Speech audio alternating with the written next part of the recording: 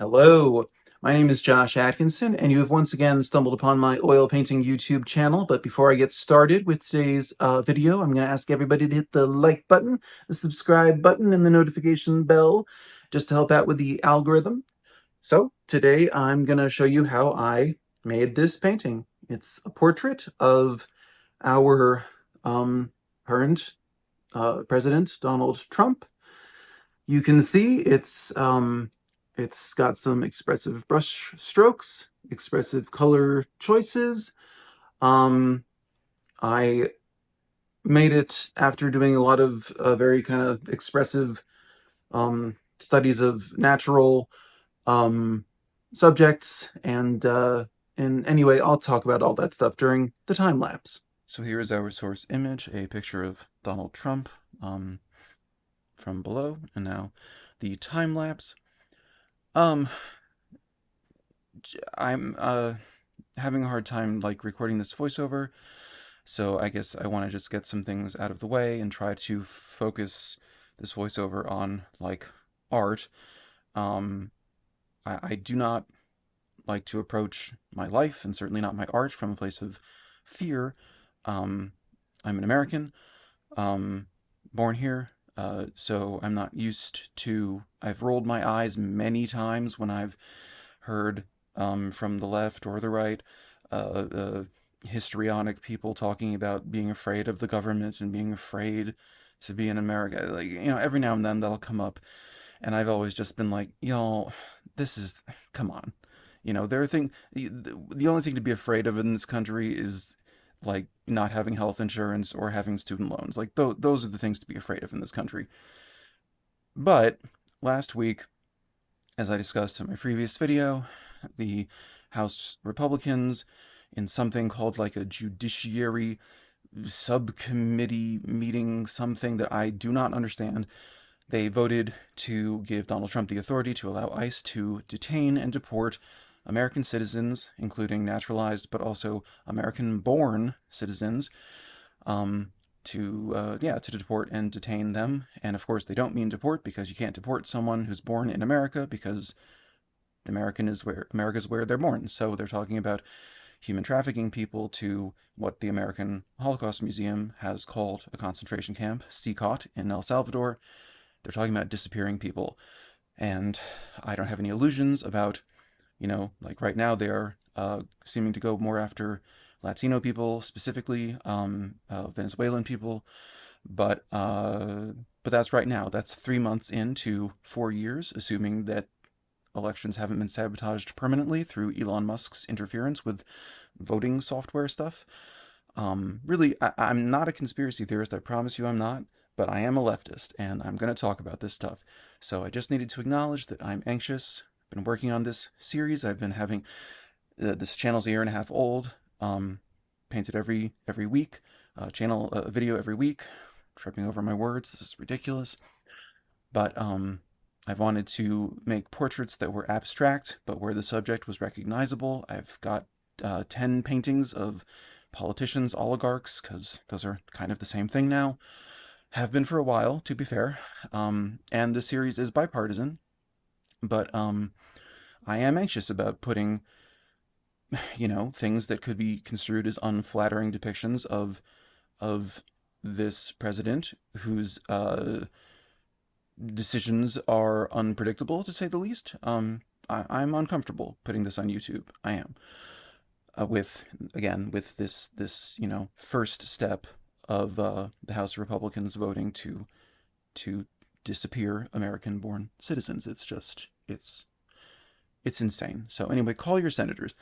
Normally I say like and subscribe, and I would still appreciate that, but even more so, call your senators and let them know that you're mad. Let them know that anyone in America, born here, naturalized, or found here, all of us are entitled to due process. Get mad. Okay, so this is an art channel. I'm supposed to be talking about art. All right, I've been doing a series that is of natural objects like leaves. Last week it was pumpkins. I did morning glories the week before, flowers, leaves, all that stuff. And I had embraced the limitations of oil paint, but accepted the fact that You know, when it dries too much, you just got to walk away and let it get a little drier, a little tacky, and then you can come in and start applying more paint.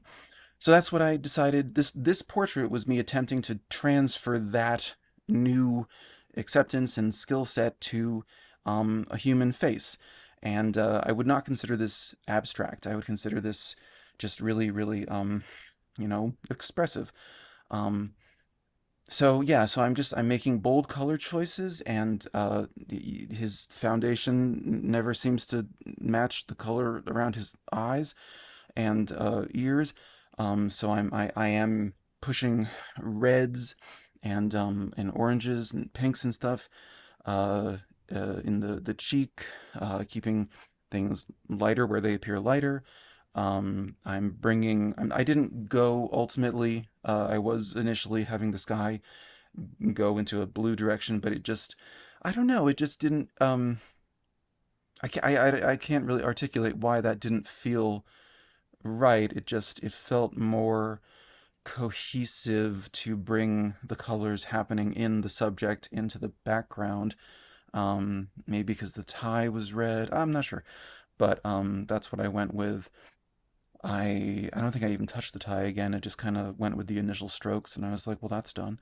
Um, there's a virtue to be found if you are someone who gets bogged down by tight painting. If you And I've dealt with this for, years, like trying to. It's like an ego thing of like I have to prove that I can paint like, Jacques Louis David, like that I can paint like a neoclassical painter, even though, like, you have to get to the point where you can ask yourself, is that what excites me? Do I care about that, or am I doing that for my ego? Am I doing that for some critic, some customer, some person on the internet who may not exist or who I will probably never meet? It comes down to that. So I have finally kind of gotten to the place where I can accept that I need to paint for me, firstly, because nobody's buying the things that I was painting. Um, Nobody's going to be buying anything now because of tariffs, but regardless, I'd rather paint what satisfies me. So I've got really crazy colors, crazy brush strokes, and there is a virtue to that. It doesn't matter if no, first of all, no one cares about like, oh well, can he paint like Da Vinci? No, that's not what people think. They go, oh, that painting, I like that painting, or I don't like that painting, and then they walk on to the next painting, and that's kind of it. Anyway, this is an 11 by 14-inch oil painting on a canvas panel. So anyway, that is how I arrived at this portrait of Donald Trump. I painted this, I should have looked, probably like 8 weeks ago, something like that. Um, so Elon Musk would have, broken into Social Security and, destroyed the CFPB and all kinds of things, but the whole CCOT El Salvador situation was not quite what it is now. The whole um, uh, Republican members of the House voting to allow ICE to deport and detain U.S. citizens to CCOT had not yet happened. So yeah, I just don't even know. I don't even know what's safe anymore. What are you allowed to paint? What are you allowed to say? What should you be putting on YouTube? I don't know. I don't know. I don't. Yeah, I don't know. But anyway, this is this is a portrait that I did, and in our Constitution, I'm allowed to paint, and you're allowed to think and talk and do stuff. And I don't know if that means anything or if that will mean anything going forward, but when I painted this, it did, and at this moment, it hopefully still does. So anyway, I'm trying to hit 1,000 subscribers by the end of the year. I got 20 something subscribers this week, so thank you, welcome. The channel's going to be more portrait focused, going to be moving into more abstract directions. I would not call this abstract, I'd call this expressive. But if you enjoyed this video, you can check out the 2 painting videos from the previous week. The most recent one was these 2 pumpkins, and the previous one was this ghost kind of lamp blow mold still life. Anyway, thank you for watching. I will see you in 7 days with a truly abstract portrait of someone who may not be in the Trump administration for much longer, but who certainly has left their uh, left an impact. All right. I will see you then. Stay safe until then. Okay. Bye bye.